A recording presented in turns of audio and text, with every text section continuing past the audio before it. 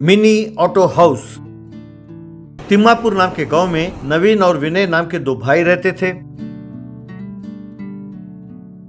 नवीन बहुत स्वार्थी था, विनय बहुत भोला था। वो अपने बड़े भाई की बात कभी नहीं टालता था। वो ट्रॉली ऑटो चलाते हुए अपने बीवी और बच्चों को पालता था। उनके पिताजी रामनाथ ने मरने से पहले अपने दोनों बेटों को बुलाया, लेकिन नवीन ने ये बात विनय से छुपाया और अकेला ही पिताजी से मिलने गया। रामनाथ, क्या हुआ बेटे, अब तक तुम्हारा छोटा भाई क्यों नहीं आया? पिताजी, विनय पड़ोसी गांव गया है, उसे आने में देर लगेगी। बात क्या है बताइए ना पिताजी। बेटा, मैं 1-2 दिन में चला जाऊंगा। जायदाद तुम दोनों के नाम करने के लिए मैंने वकील को बुलाया है। मैं जायदाद को तुम दोनों में बराबर बांटना चाहता हूँ। तुम्हारा छोटा भाई एकदम भोला है, तो उसे। यूं कुछ कह ही रहे थे कि अचानक उनकी मृत्यु हो गई। तब नवीन उस वकील से, अरे देखिए वकील साहब, मैं नहीं जानता कि इस वसीयत को बनाने के लिए आपको पिताजी कितने पैसे देने वाले थे, लेकिन यदि आपने वैसा वसीयत बनाया जैसा मैं कहता हूँ, मैं आपको 2 लाख रुपए दूंगा। उनके पिताजी के दहन संस्कार वगैरह होने के बाद नवीन विनय को घर से बाहर निकाल देता है। नवीन विनय से, पिताजी को तुम पर भरोसा नहीं था भैया, इसीलिए उन्होंने सारी संपत्ति मेरे नाम कर दिया। उनको डर था कि तुम अपने भोलेपन के कारण सारी संपत्ति को लुटा दोगे। अब से ये सारी संपत्ति मेरी है। अब तुम इस घर से चले जाओ। जिस भैया को वो भगवान मानता था वही ऐसा कर बैठा। ये सोचकर विनय हैरान हुआ और उसके समझ में नहीं आया कि वो अब क्या करे। उसने जो कपड़े पहने थे उसके साथ अपना ऑटो ट्रॉली लेकर शहर चला गया। विनय की पत्नी, शहर में घर मिलना मुश्किल है जी। हमने जो कपड़े पहने हैं सिर्फ उसके साथ आए हैं। आपने एक बात भी अपने भाई से नहीं कहा। अब हम कहाँ रहेंगे, कैसे जिएंगे?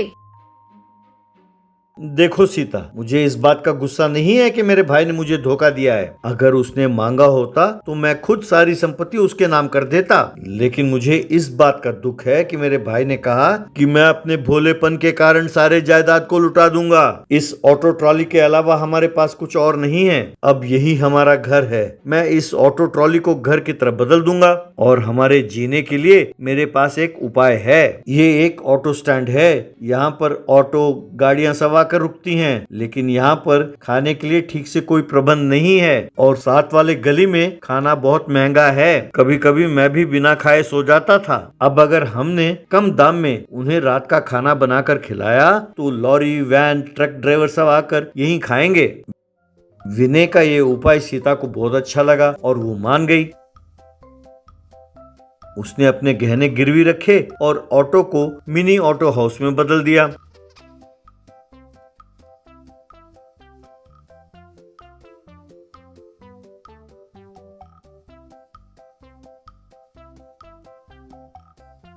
और फिर ऑटो लॉरी स्टैंड के पास डोसा बनाकर बेचने लगे। बहुत ही कम समय में पति पत्नी दोनों ने बहुत पैसे कमाए। विनय ने एक बहुत अच्छा घर और गाड़ी खरीदा। बेटे को अच्छे स्कूल में पढ़ाने लगा। उसने बहुत पैसे कमाए, लेकिन उसने उस ऑटो मिनी हाउस को नहीं छोड़ा। कम दाम में ऑटो, वैन और ट्रक ड्राइवरों को खाना खिलाकर उनका भूख मिटाने लगा।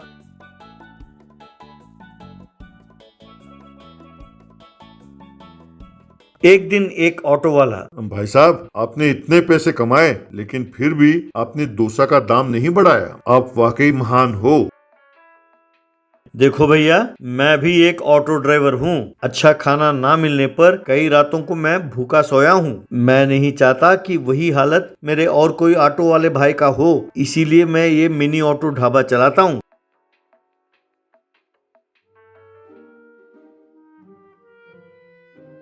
तभी नवीन वहां पहुंचा। नवीन, भाई मेरे, मुझे माफ कर दो। तुम्हें धोखा देकर जो संपत्ति मैंने तुमसे छीना, मैं उसका अनुभव नहीं कर पाया। मैं जुए में घर बार सब कुछ हार गया भाई। मैं तुम्हारे पास माफी मांगने आया हूँ।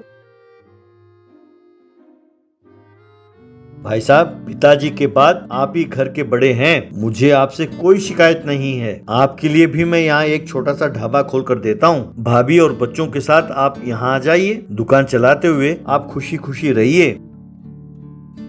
यूं तब से ढाबा चलाते हुए नवीन अपने भाई के साथ खुशी खुशी रहने लगा।